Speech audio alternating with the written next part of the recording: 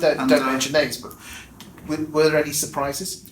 Yeah, every year there are, and there are certain firms you sort of expect would automatically get in, and sometimes they don't. I mean, I remember one years and years ago, and I can mention them by name now because it's a number of years ago, and it's a mate of mine, Peter Rollings, when he was at Marsh and Parsons. And one year, Marsh and Parsons, it was on the awards. They did okay. I think they won silver that year. But Pete always has the bar set at gold, typical Peter style. And anything less than gold for him was unacceptable at that point.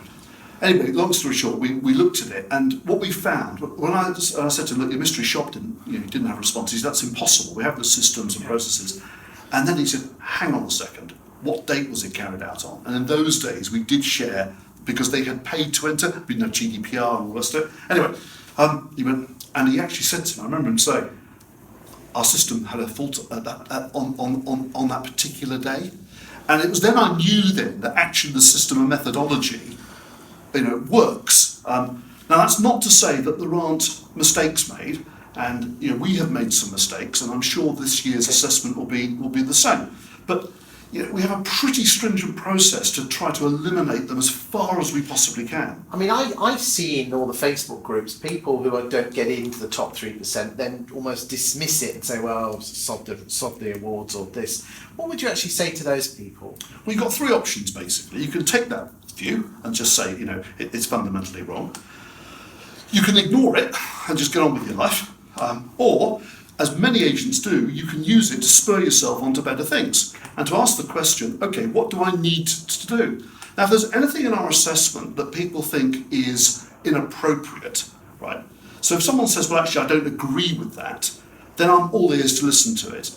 But my sense is, having consulted with hundreds of agents on this, is that all the criteria that we measure are things that agents go, yeah, that makes sense.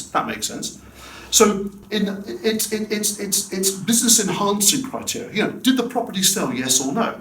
That's pretty fundamental. I think it is. But here's the rub. You see, some agents, for their own benefit, will leave properties as available, right, when they've been sold or let.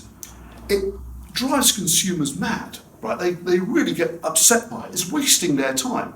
Some agents will argue, oh, we do this because we're looking to get a backup buyer in case the buyer falls through. And by the way, I could buy that if those same agents even ask for the person's details, right?